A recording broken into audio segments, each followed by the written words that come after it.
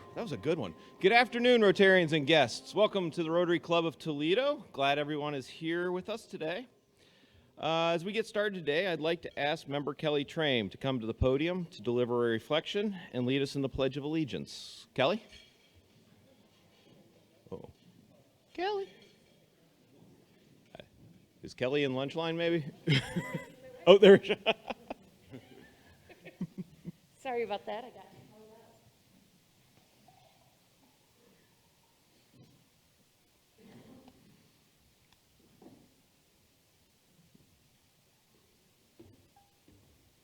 Thank you. You're welcome. Please join me today in a prayer for veterans. Dear Lord, we honor our veterans, worthy men and women who gave their best when they were called upon to serve and protect their country. We pray that you will bless them for their unselfish service in the continual struggle to preserve our freedoms, our safety, and our country's heritage for all of us. Bless them abundantly for the hardships they faced, for the sacrifices they made, for their many different contributions to America's victories over tyranny and oppression. We respect them, we thank them, we honor them. We are proud of them. We pray that you will watch over these special people and bless them with peace and happiness. Amen. Amen. Please join me in the Pledge of Allegiance. I pledge allegiance to the flag of the United States of America and to the republic for which it stands, one nation, under God, indivisible, with liberty and justice for all. Thanks. Thank you, Kelly. As we begin our meeting today, I'd like to thank and acknowledge the Greater Toledo Community Foundation and Rotarian Keith Burwell as this month's sponsors. So thank you very much, Keith.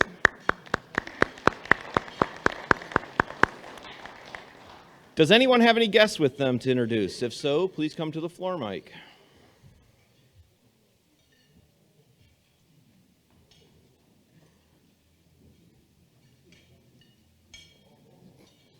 Oh, there you are. Hello, President Travis. I'm a fellow Rotarians. I am excited to bring to you today our guest, Ryan Ambrosia, who is the founder and owner of Ambrosia's Automotive. I will say this, he's a fantastic mechanic, and so are all his employees. So I want to get your car fixed. Excellent. Glad you're here, Ryan. Thank you. Okay. Oh, sorry, didn't see our phone. President Travis, it's Phil here. My guest today is Lucas County Recorder Michael Ashford, and still in the food line is past District Governor Dave Dennis. He'll be here in a moment. Excellent. Welcome. Glad you can be with us today. Thank you. As you all know, Friday was Veterans Day. I would like to ask all members in the room today who are veterans to please stand and be acknowledged. Thank you so much for all of your service.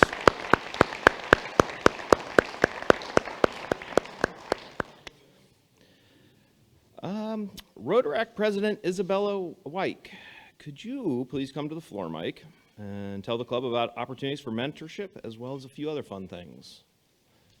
Sure, thank you. Hi, everyone. My name's Isabella. I'm honored to serve as president of Rotaract.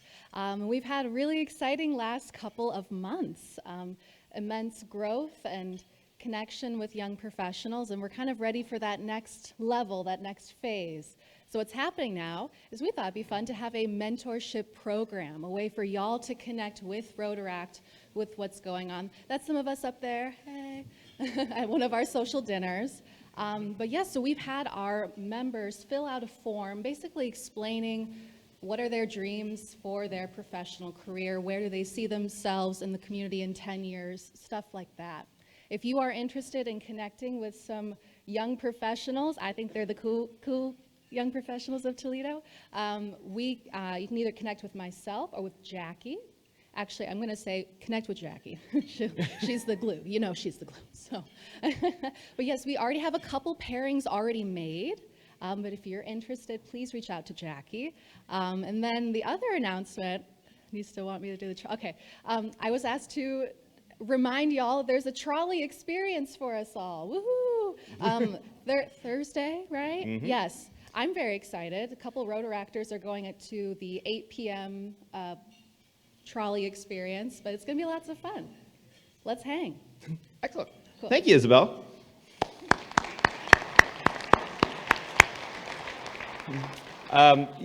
For those of you who aren't aware of the Rotaract Club, they are just doing fantastic. They are growing rapidly. They are doing great work. They're a great group of young professionals. So, Isabella, you guys are killing it. Keep it up. Regarding the Holly Trolley, there are some spaces available. It's going to be a lot of fun. I think it's doing 3 stops on each leg. There's a 6 o'clock and an 8 o'clock leg. Feel free to take a snap of that QR code to be able to sign up. But definitely do it. It's a lot of fun. We did it last year, actually on the personal front, not the Rotary. And it's a lot of fun. So make sure you come out on Thursday and have a little bit of fun. I might say fun one more time there. Anyway, Max Reddish, will you please come to the floor, Mike, for an announcement? Fun. It's all about fun. Thanks, Travis. Today I'm talking about 2 things, both community services related. The first is a reminder of our Salvation Army bell ring event going on this December 2nd. We've had an outstanding commitment from Rotary members. We've got 17 members signed up so far, which is more than triple what we did last year, so good job on all of you. We've got some Rotaract members that are also going to be joining us this year, so we'll be teaming up with Rotaract and Rotary members on shifts if we can. This is going to be 2 locations now. We've got the Perrysburg and the Maumee Church Hills locations, 8-hour shifts, 1-hour shifts per person, and hopefully we can team up. It's a minor commitment, right? Yeah. Don't worry, it's all day. It's just one work You're day. going to you have guys. carpool by the end You of guys this. remember but an yeah. 8-hour work day? Let's see, and the second thing this year, by the way, we have 9 spots open still, so we still have room if you want to join us. It's a 1-hour shift, December 2nd, either one of those locations, and we'll get you signed up for it, so please feel free to reach out. The next is tomorrow, Community Services will be having a happy hour from 4:30 to 6:30 at Carlos Poco Loco.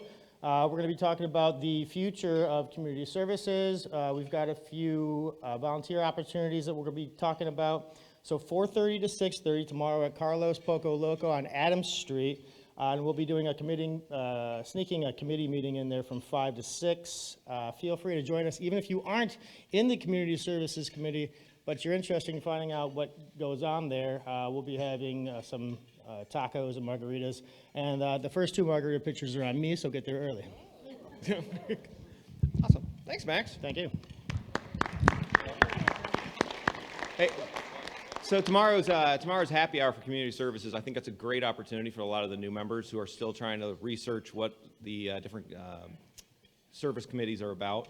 Kind of following on the heels of the new member orientation we had last week. If you've got availability tomorrow, make sure you come out. And like I said, worst case, you just get to make some more new friends. So, Max, thank you. Past President Chuck Stocking, will you please come to the floor, Mike? Thank you, Travis. I'm so pleased to be here to talk a little bit about the Rotary Foundation and the funds. We're right in the beginning of our campaign this year, and we thought it would be really great for you to see and know where your money goes. And so today we have 2 agencies that have received significant grants from Toledo Rotary. One is from the Leading Family Organization, and Valerie Garforth, who heads up that group, is going to give you a 2-minute briefing on that. And it's all part of, that's why we give to Toledo Rotary Foundation. So Valerie?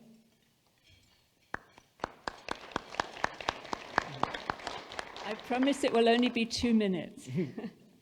Good morning, everybody.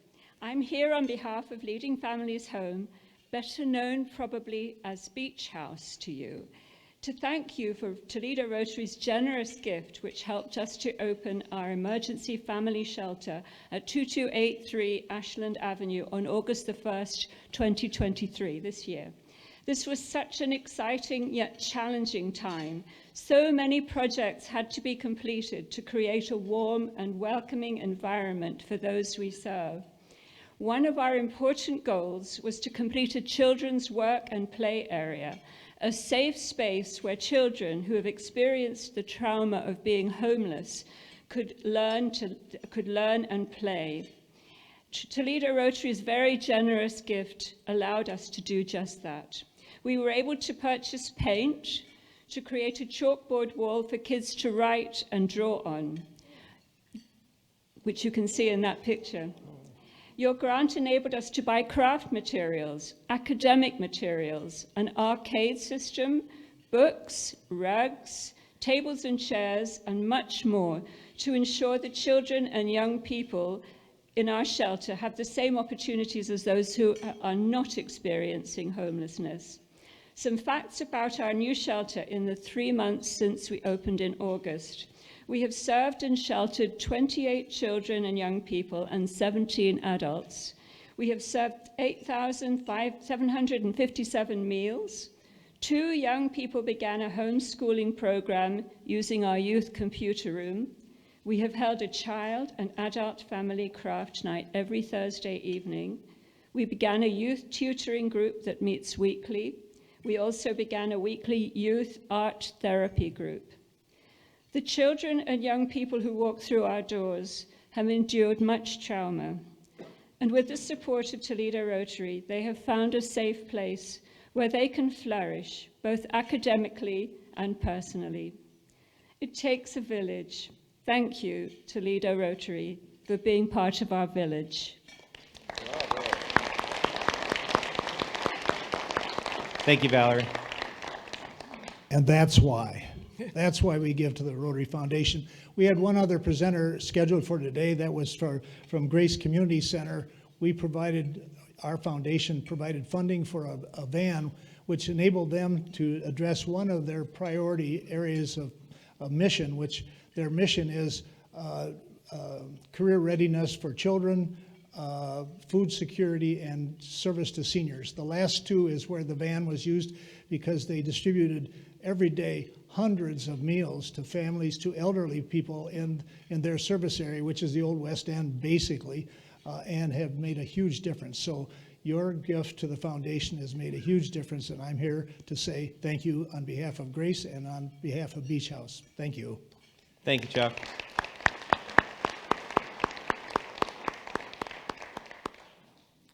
Okay. Reggie Bradley, will you please come to the podium and introduce new member Jessica Bowman?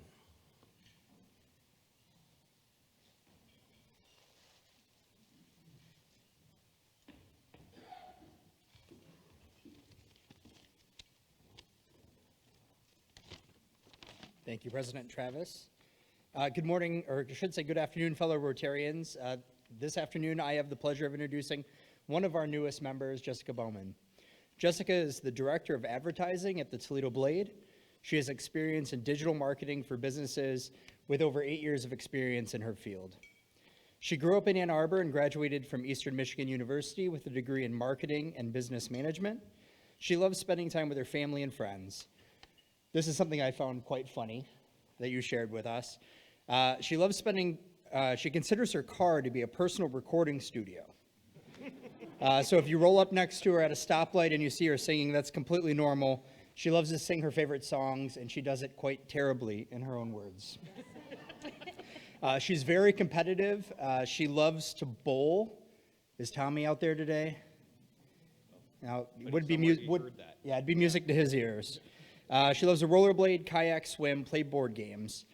Jessica really finds joys in helping businesses achieve their goals, and she's always happy to help others monetize great ideas. I was surprised to learn that Jessica was actually born in Guam, and I asked her what sort of branch of service her family was in and who was in the service, and her father served in the Air Force, which is why she was born in Guam. She has a very interesting birth certificate to go with it. Her biggest pet peeve is washing the dishes. Due to this pet peeve, she feels that the best investment in the home is a top-tier dishwasher. So join me in welcoming Jessica to the Rotary Club of Toledo.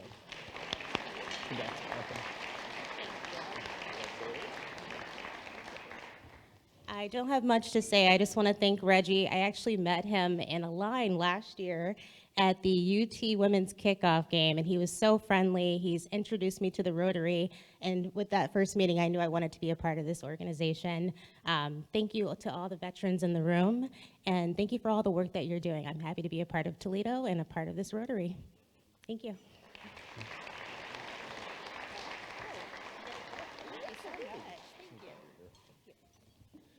Thank you, Reggie. Welcome, Ashley. Or, sorry, Jessica. God, Jesus. Yeah, welcome. Sorry about that.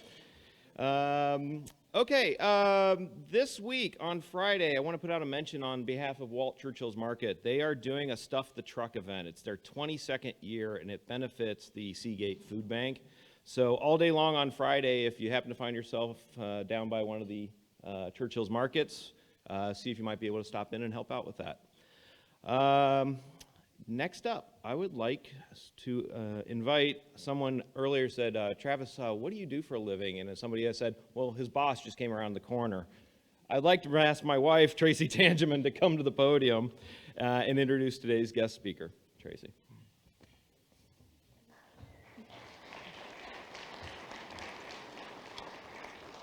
Good afternoon, everyone. Thank you, honey, for that nice introduction. I would like to introduce our speaker today. I'm excited that you all get to hear about a really important thing that's happening in your community, and it's, of course, it was scheduled precisely for the Veterans Holiday. Judge Connelly was elected to Toledo Municipal Court in 2009. He has been the presiding administrative judge from both 2012 to 2015, and again in 2021 to 2022. He is responsible for establishing the Veterans Treatment Court at Toledo Municipal Court, which he's going to tell you about today. And he's going to, I'm not going to steal his thunder, so I'm going to leave it at that. He's a graduate of The Ohio State University, go Bucks, and he went to law school here in Toledo at University of Toledo. While in law school, he was employed as an intern with Eastman and Smith, and upon graduation, he was an associate with Kerger and Kerger. He was in private practice from 2002 to 2005 until he was hired as an assistant prosecuting attorney in Wood County, Ohio, from approximately 2005 until 2009, when he took his seat on the bench. He is also the father to Karis, age 15, who is in my daughter's grade. So Travis and I have gotten to know Bill quite well on the sidelines, watching his fabulously talented daughter play field hockey, and his son William, who is 13, who is also talented in sports. And so please welcome Judge Connelly.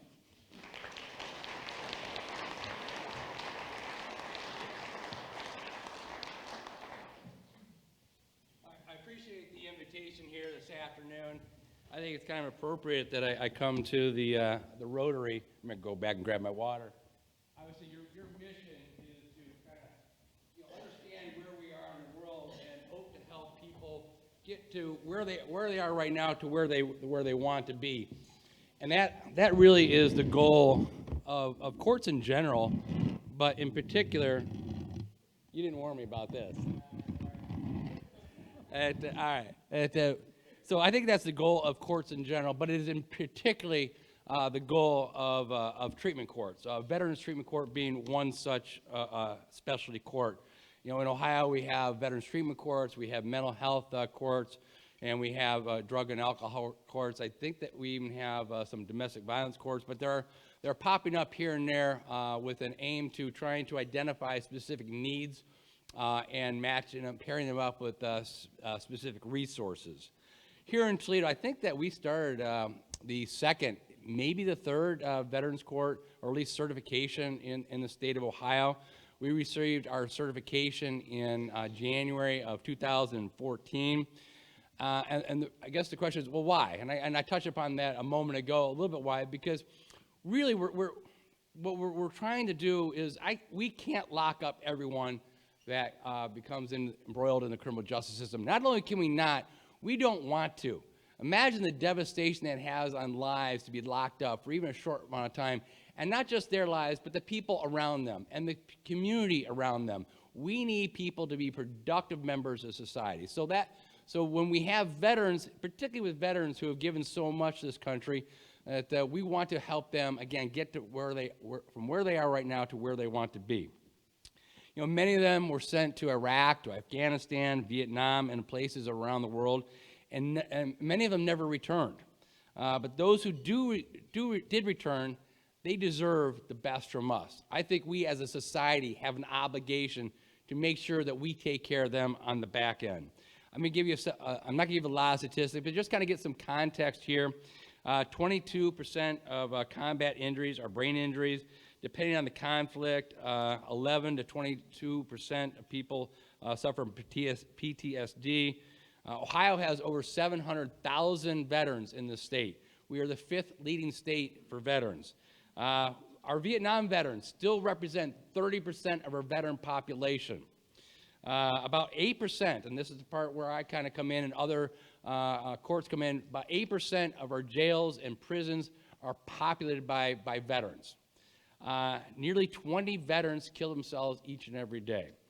Nearly 11% of our homeless population are veterans, and that is 2 times the regular rate. So if you had a normal population, you expect about half that rate. And each year, roughly 200,000 veterans leave the service and become veterans. And mental health and substance abuse, particularly heroin and opiates, are testing their our system's limits. I do have a letter. I'm going to read this letter. I thought maybe I shouldn't read it, but I've given you some statistics, but I'm going to read this letter. The reason I hesitate, it's hard to read, it's hard to listen to, but I think it provides some context as to just beyond some of the numbers. So it says, my name is Cheryl Debo, and this letter was read originally to the Ohio Supreme Court in the formation of a Veterans Treatment Court, I believe in the Youngstown area. My name is Cheryl Debo. I'm the mother of 3 sons and a daughter. Shortly after 9/11, my oldest son, Mike, came to me and said, Mom, after what just happened, I just can't stand by and do nothing. I am joining the Army. In the blink of an eye, Mike was in Iraq. Later, my middle son, Ryan, came to me and told me that he was following in his big brother's footsteps and joined the military. He was enlisting with his best friend, Steve. Mike returned from Iraq.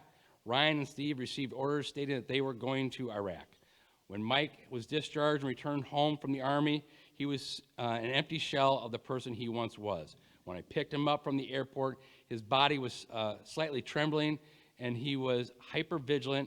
It was as though he didn't even see me. It has been 7 years of fighting for my son's life, inclusive of heavy drugs, alcohol, anger, aggression, confusion, and pain.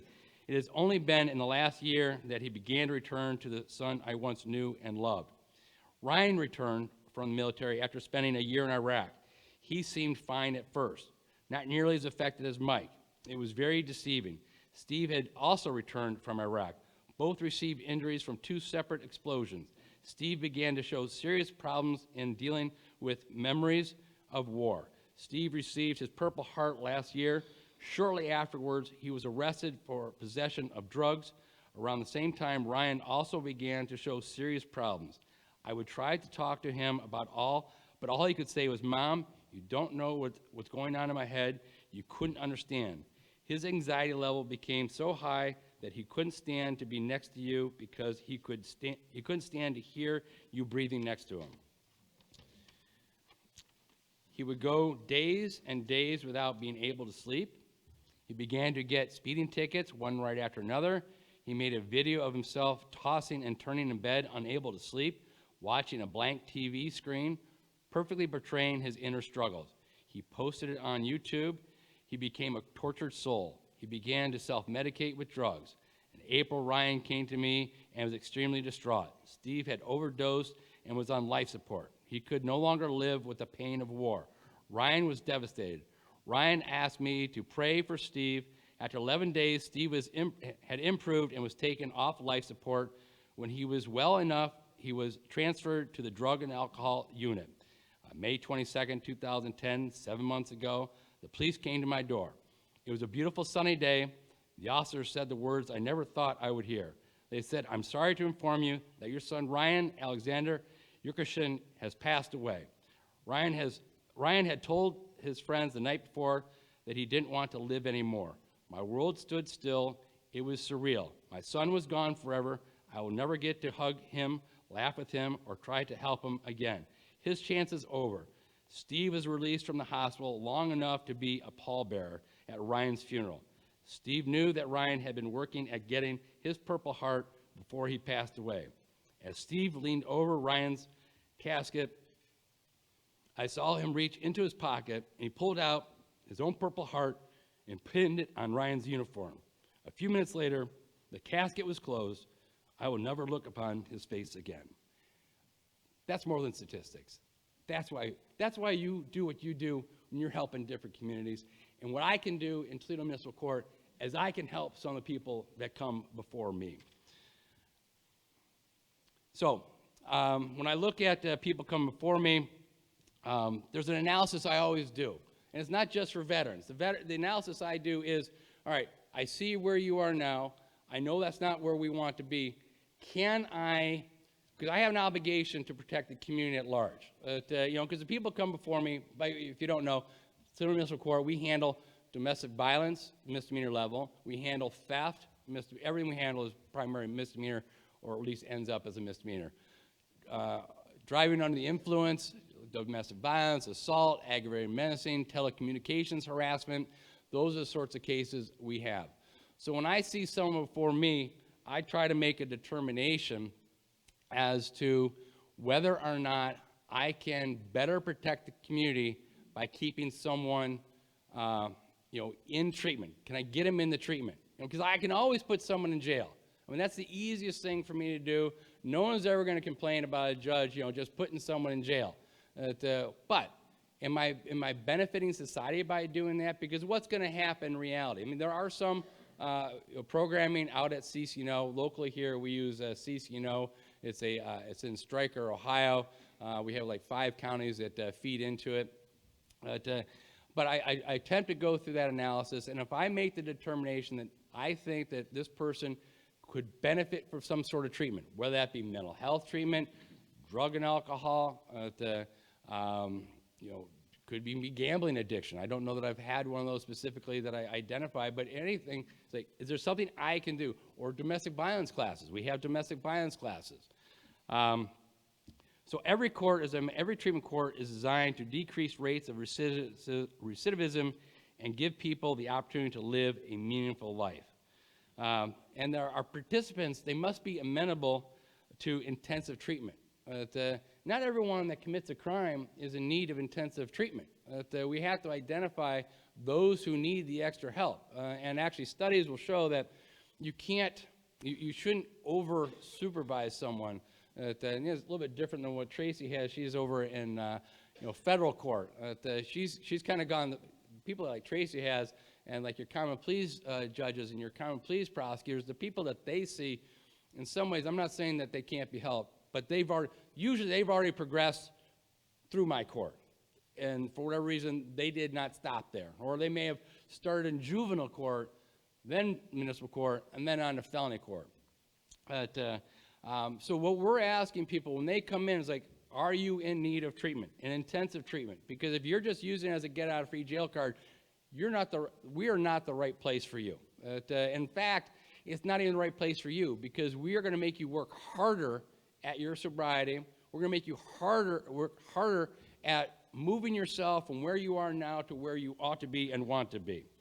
And that's sort of what I tell the veterans as they come in.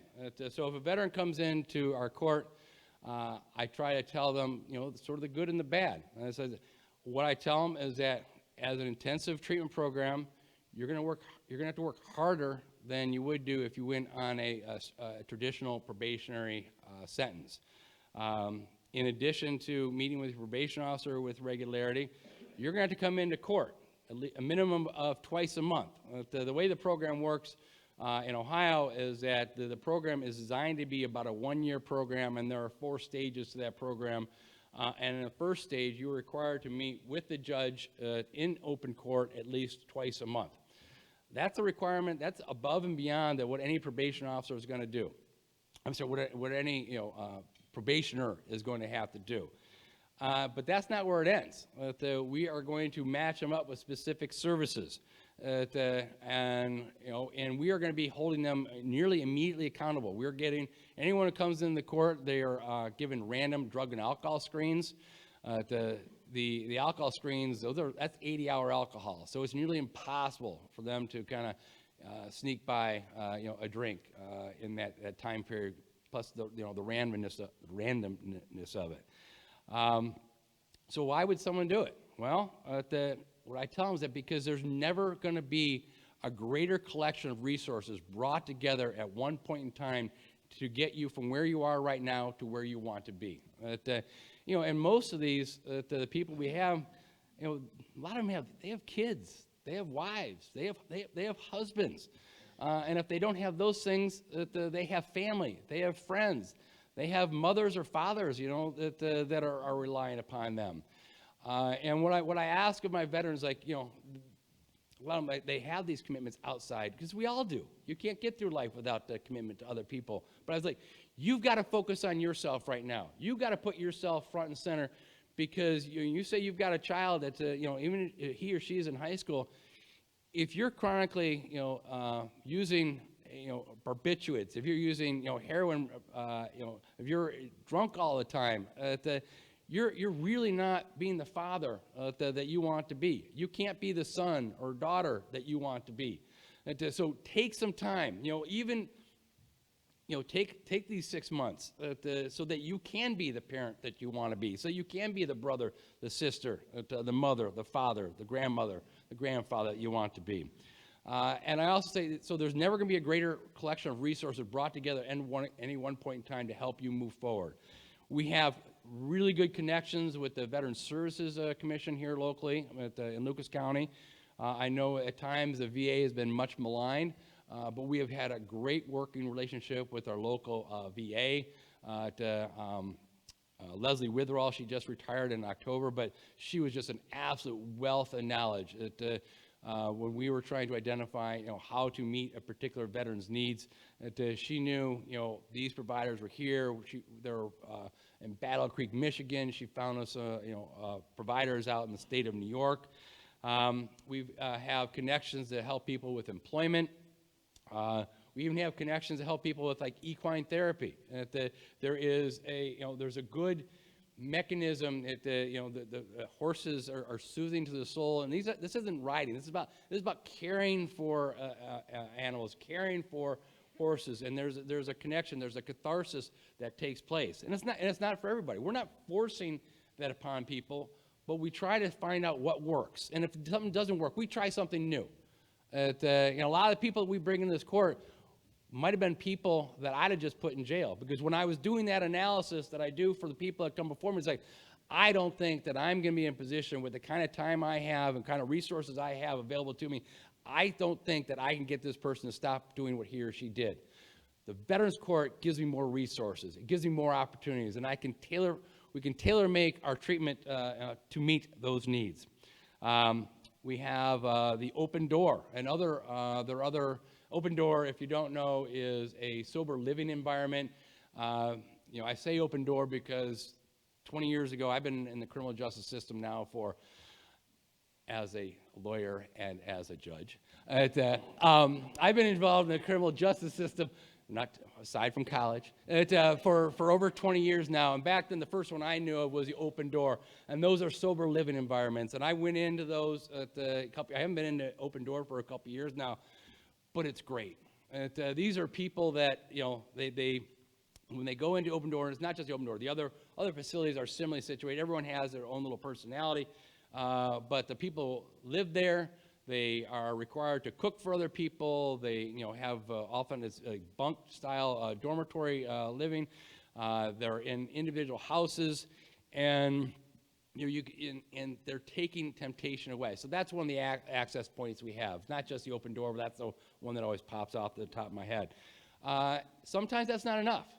So we have access to a number of other things. CTF, which is a centralized testing facility, but it also, it's RAD ISP. It's an inpatient drug program that we have. It's located downtown.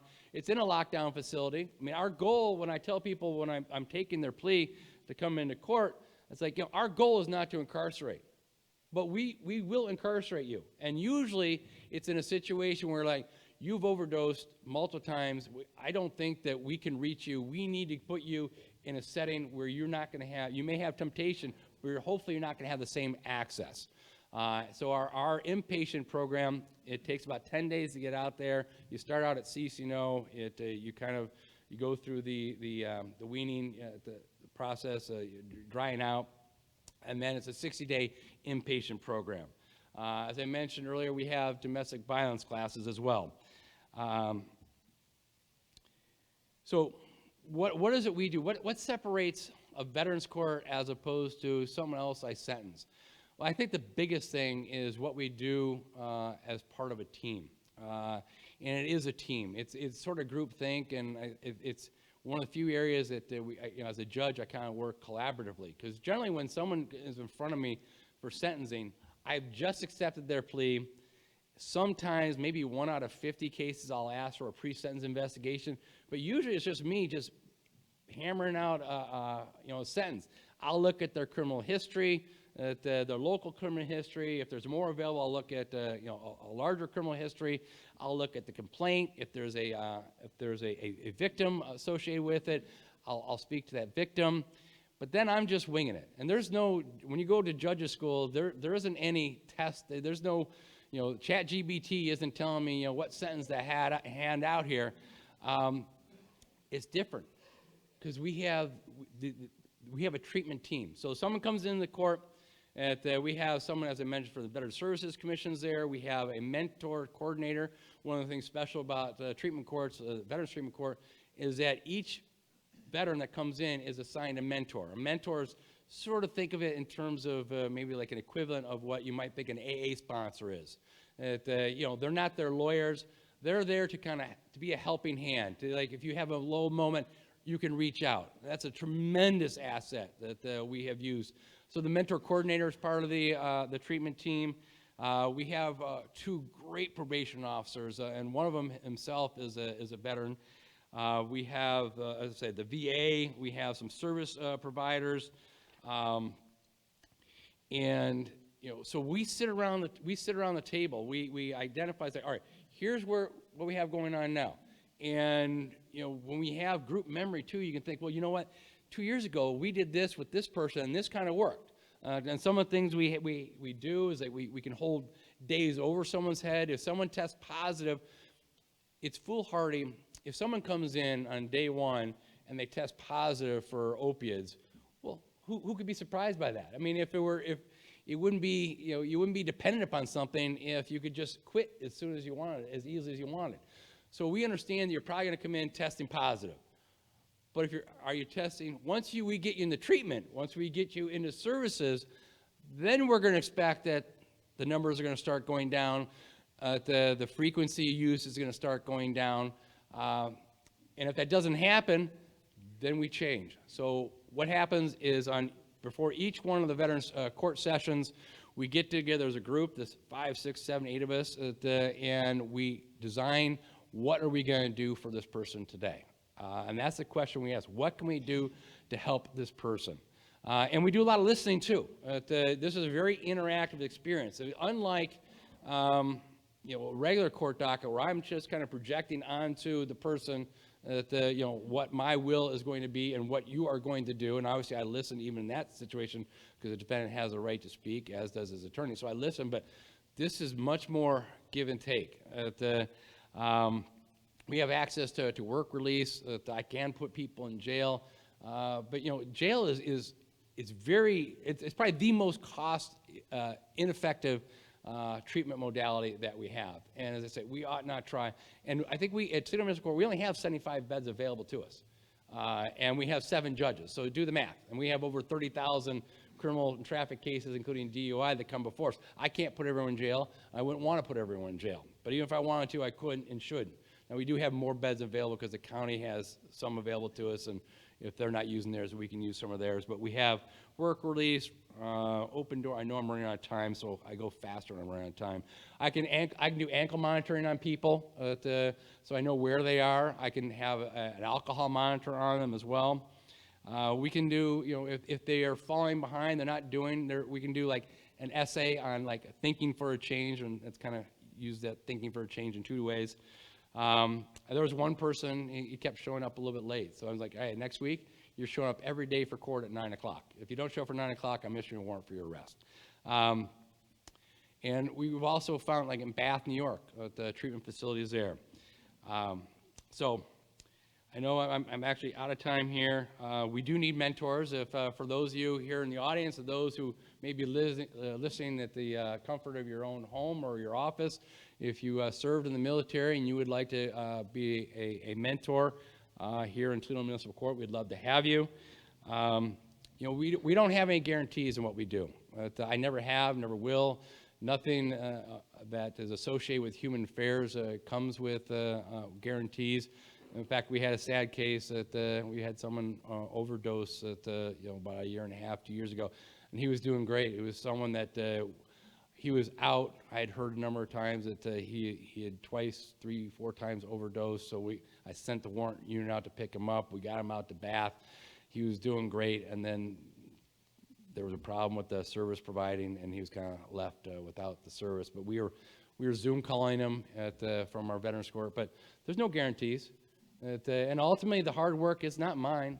We can show them the door, we can show them where the water is, but they need to drink, they need to go. And we've just had some tremendous story. It's been an honor, it's been a privilege, and I've been very happy. I don't know if there's time for questions, if that's something you guys do. If there's questions, go ahead, you can shout them out and I'll repeat them, or use that microphone behind the sun there. I don't know if everyone's ever spoke up here. That's like looking in the sun up there.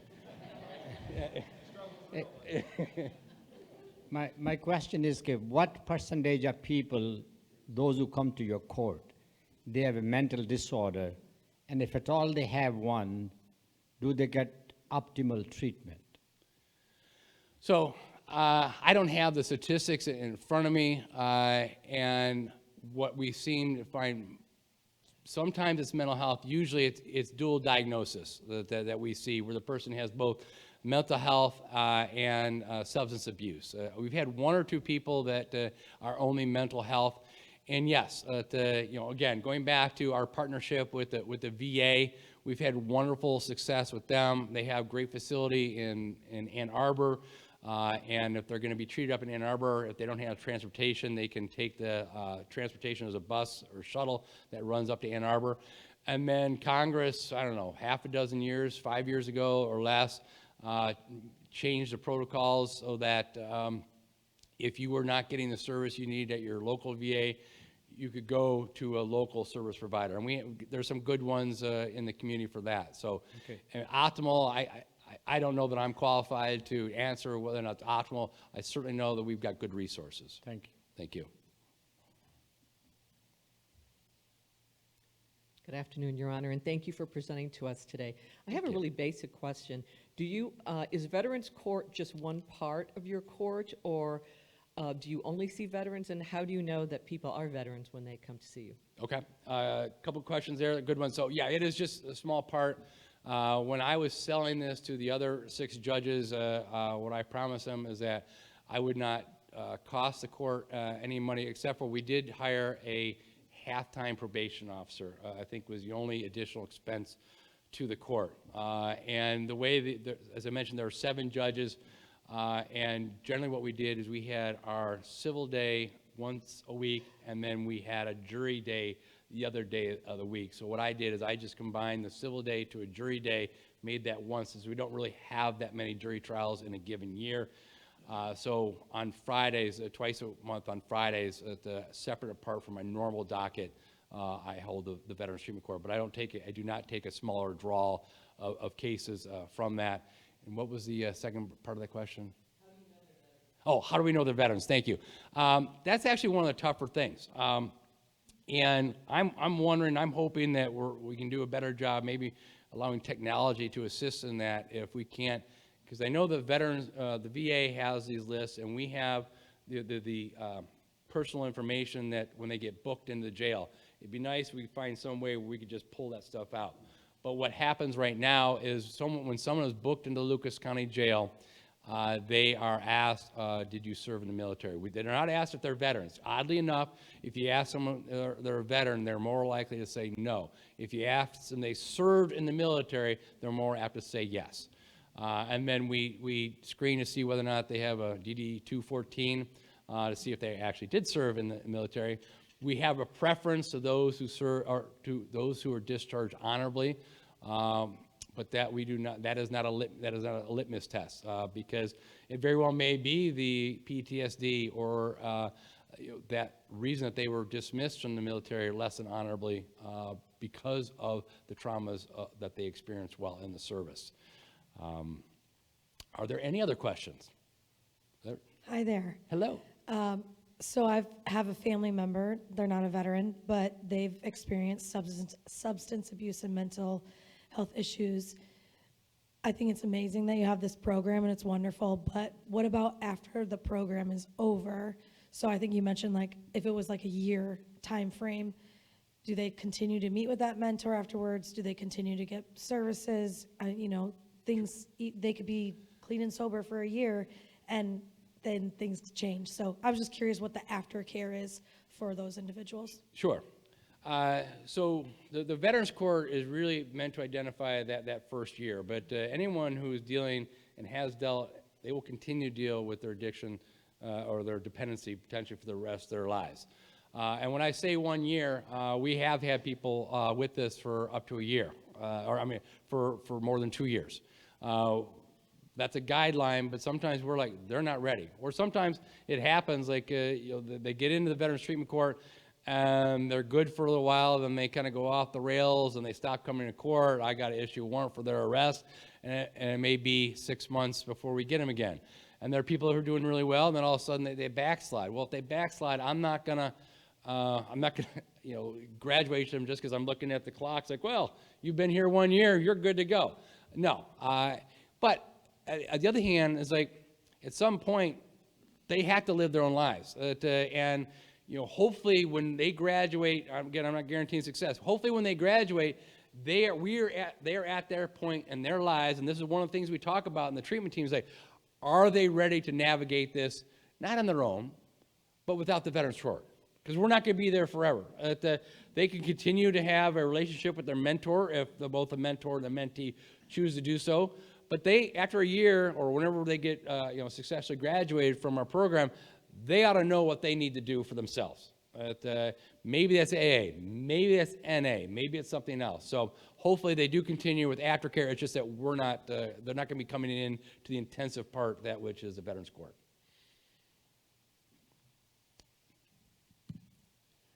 Hello, I'm a Veteran Service Commissioner in Wood County. And thank you for your service. Appreciate that. And we are appointed by the county judges. So consequently, we do have a relationship with the judges within the county. Good. And we've asked many times if they would allow a court to be created for veterans, a veterans court in the county, and they've always said no. And the reason that they give is there aren't enough veterans. We have 12,000 veterans in Wood County, and I can't believe that there's not enough issues that arise from those veterans that it wouldn't warrant having a veterans court. Maybe you could shed some light on this with some percentages that we could apply, you know, like if there's, I don't know, 25,000 in Lucas County, what percent come before your court?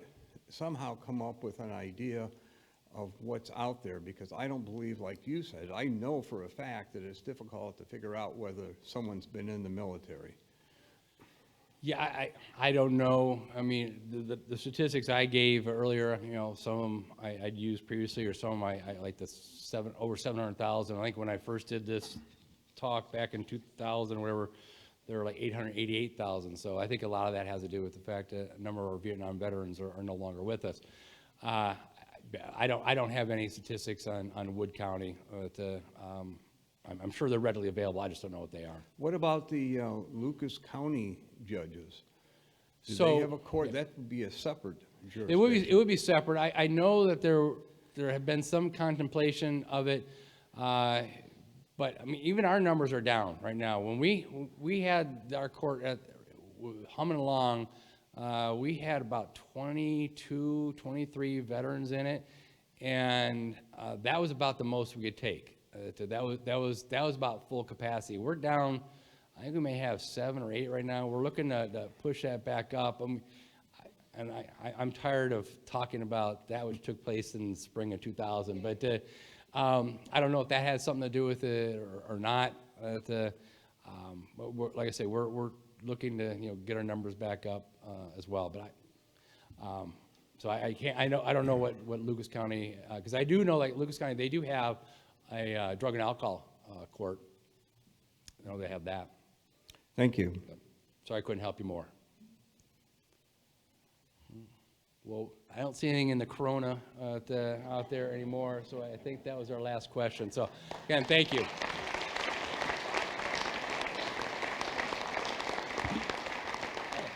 Thank you. Appreciate it.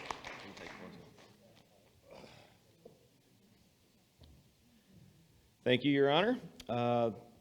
Thank you for stepping forward and taking that on. It is an incredibly important service that you provide at the municipal level. I would love to see that at the county level, to your point, Tom. As a way of saying thanks for you being here today, I've got a copy of Historical Tales of Toledo, which was authored by past President Clint Mock, which I'll be giving to you. We're also going to be making a donation in your name to the Polio Plus campaign to eradicate polio from the face of the earth. So, Bill, thanks for being here. Truly appreciate it.